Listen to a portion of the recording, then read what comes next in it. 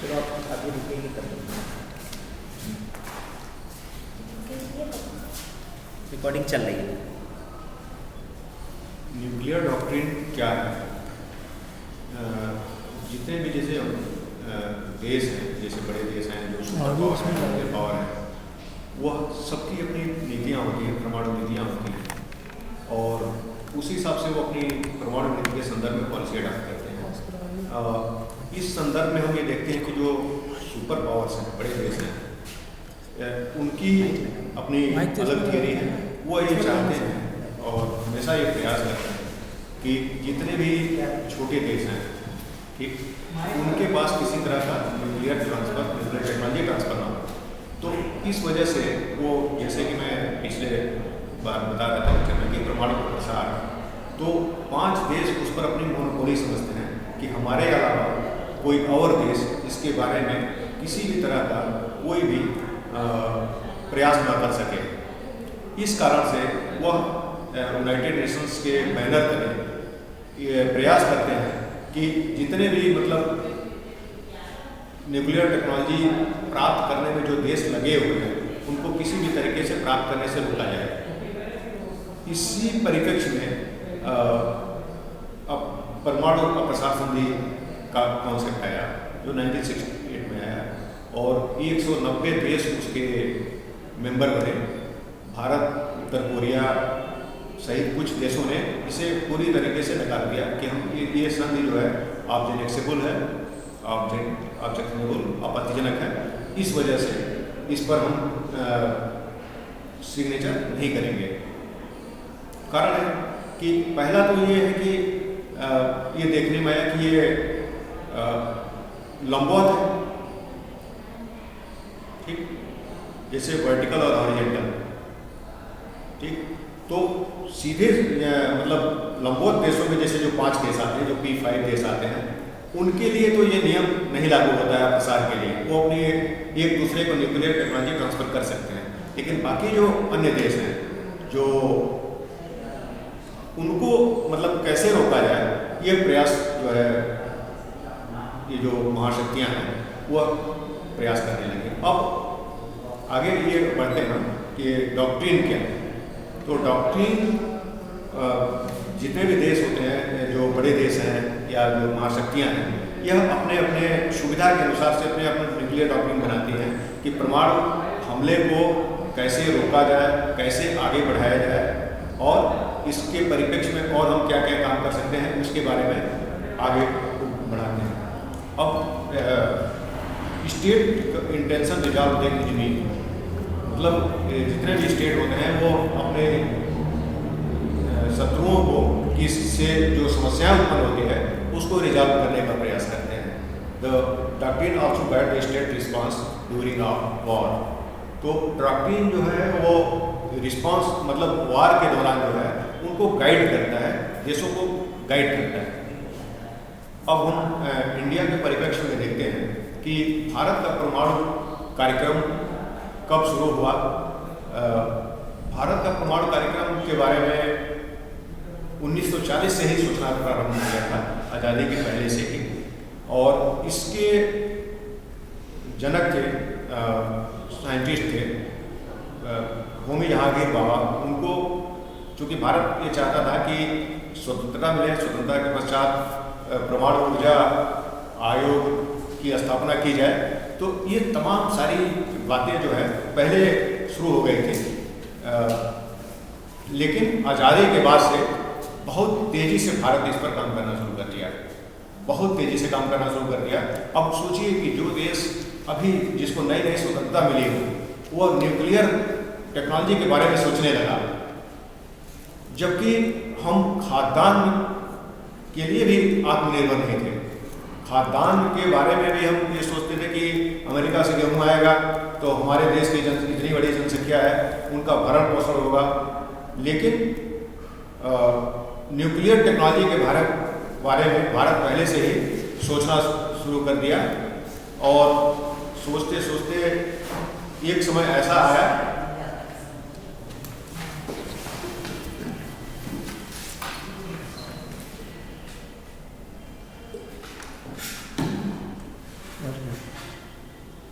ढक्कन है क्या? ऐसा कर दिए। हाँ, ठीक है। तो भारत ने जो है अपने प्लान पहले से शुरू कर दिया था। उसके बाद भारत जो है 1940s में ही न्यूक्लियर टेक्नोलॉजी के बारे में अपने साइंटिस्ट अपने, जैसे नेहरू का तो आदर्शवादी दृष्टिकोण था, लेकिन उसके बावजूद भी चूँकि वो ये चाहते थे कि भारत भी परमाणु शक्ति संपन्न राष्ट्र बने, और इसलिए भारत जो है उस क्षेत्र में अपना कदम आगे बढ़ाना शुरू कर दिया था।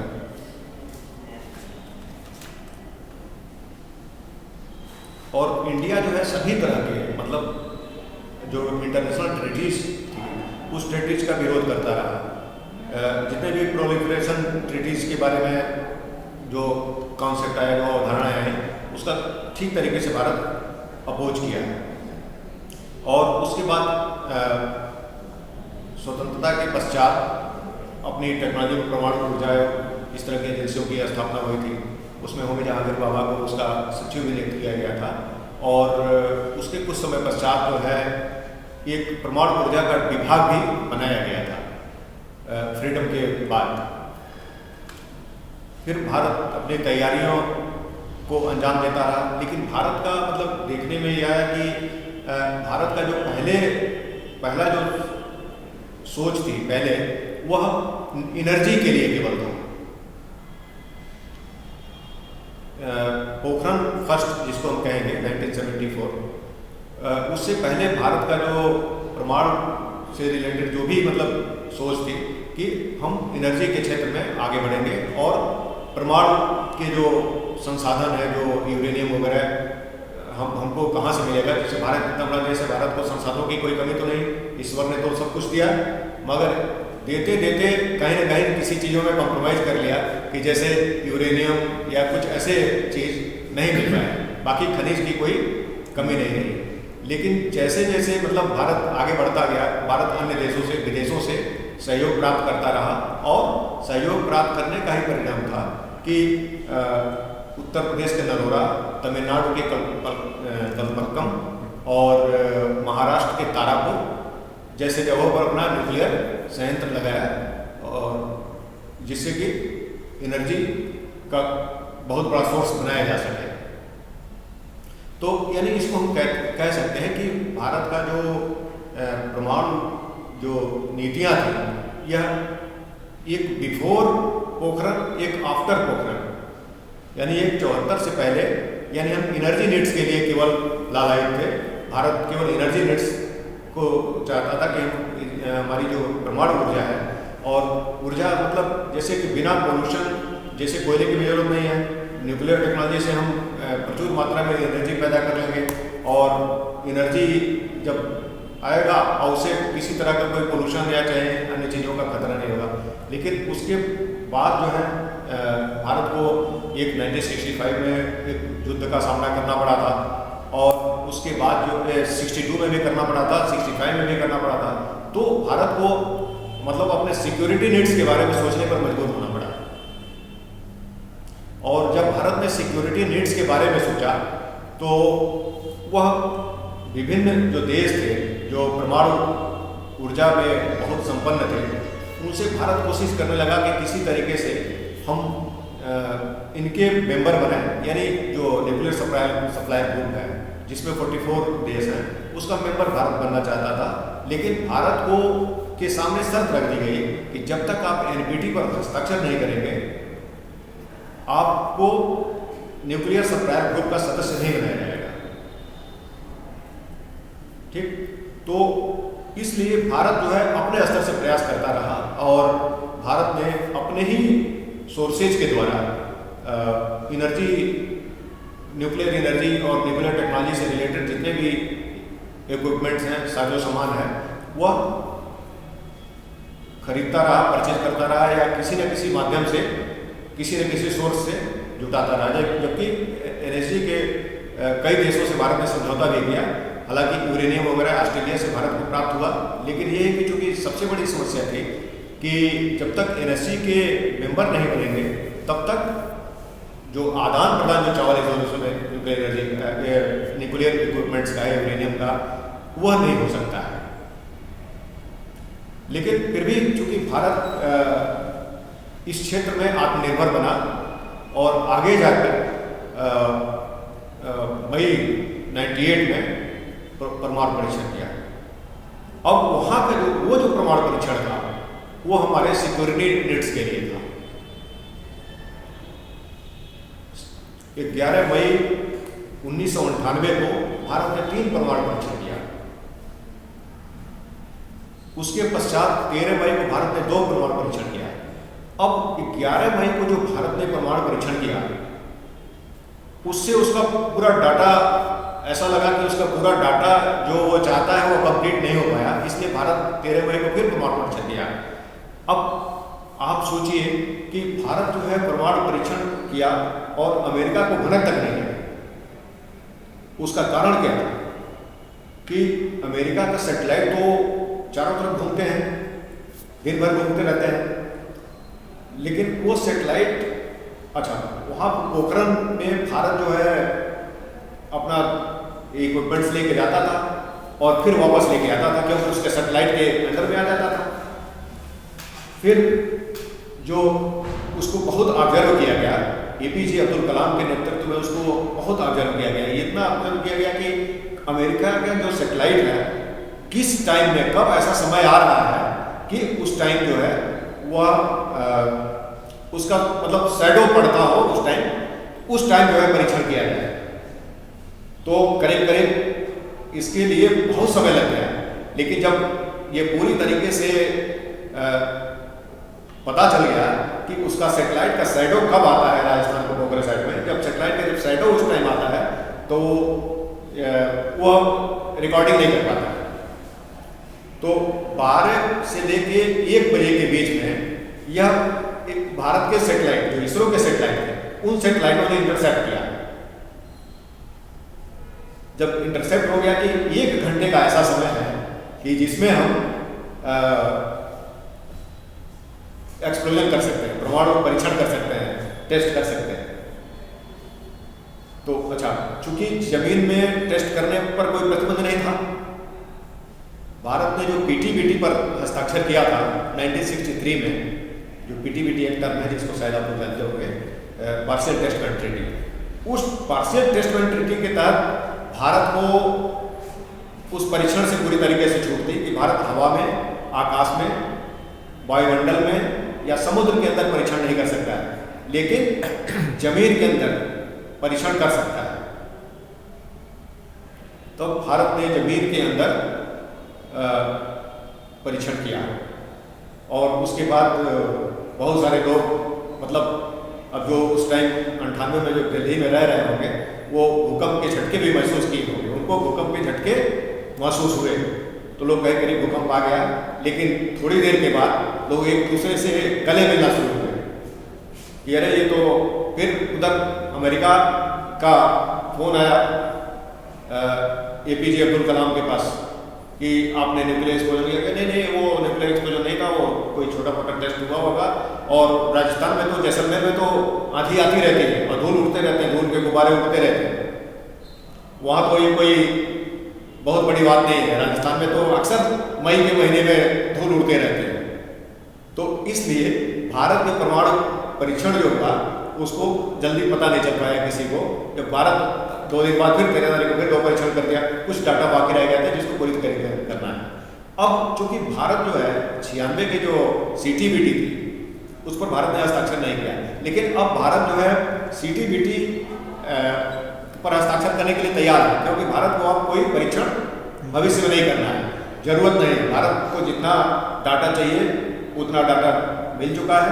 हाँ, भारत को बस एक चीज चाहिए कि एनएससी का सदस्य बन जाए, तो भारत के सामने किसी तरह की समस्या नहीं आएगी और भारत जो है आगे आने वाले, जैसे डिटरेंस एक टर्म है कि जो भयादोहन है, तो भारत चूंकि परमाणु परीक्षणों के पश्चात भारत की बहुत विश्व में एक परमाणु संपन्न देश बन गया, बहुत बड़ा भारत की साख बन गया कि भारत भी उस न्यूक्लियर क्लब में शामिल हो गया जो 5 देश पहले से थे।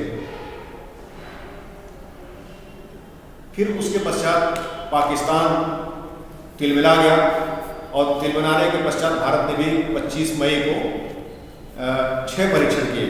हालांकि उसके परीक्षणों को अंतर्राष्ट्रीय मान्यता उस तरह से नहीं मिली जो जिस तरीके से भारत को मिली।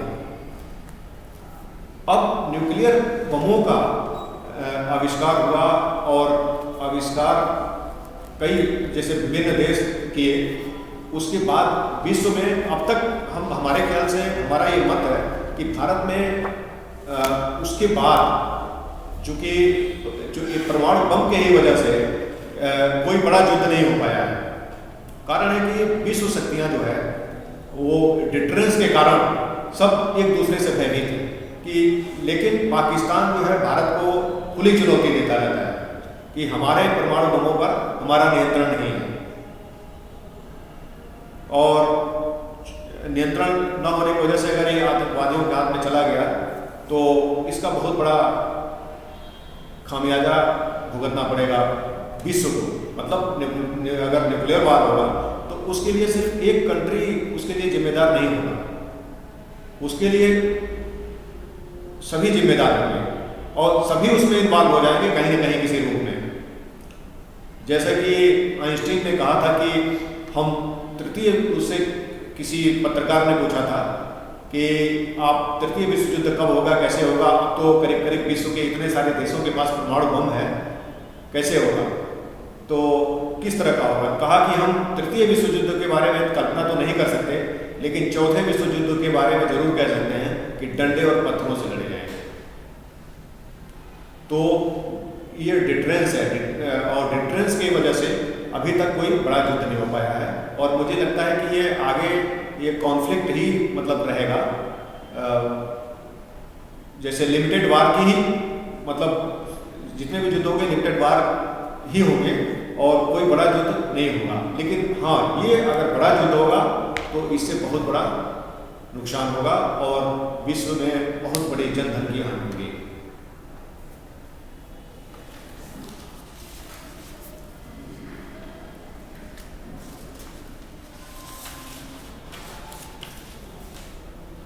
अब पाकिस्तान का जो परमाणु नीति है, इसका जो स्ट्रेटजी है, ये नो फर्स्ट यूज की है। पाकिस्तान भी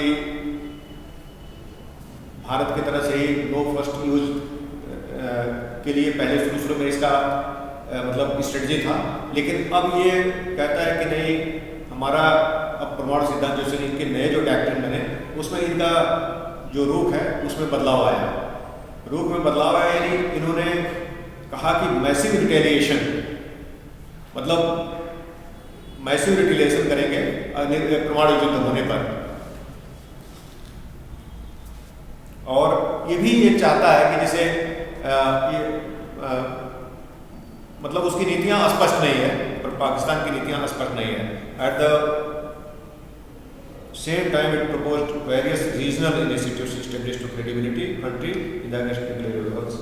चूंकि पाकिस्तान के, लेकिन अभी तक पाकिस्तान की क्रेडिबिलिटी नहीं बन पाई कि हम परमाणु के क्षेत्र में जो भी काम करेंगे आगे वह कितना करेंगे, कैसे करेंगे, क्या करेंगे, अभी तक ये रहस्य ही बना हुआ है।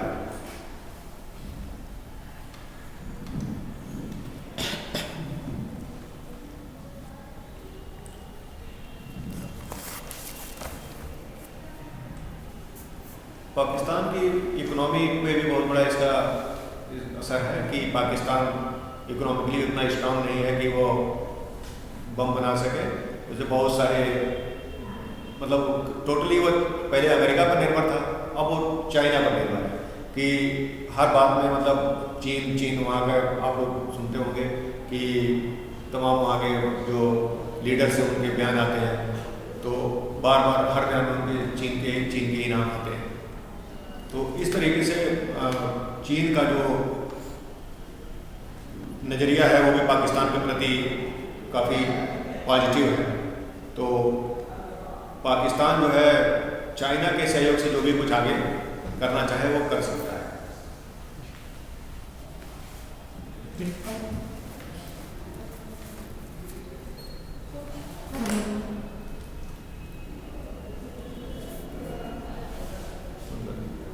नहीं होता।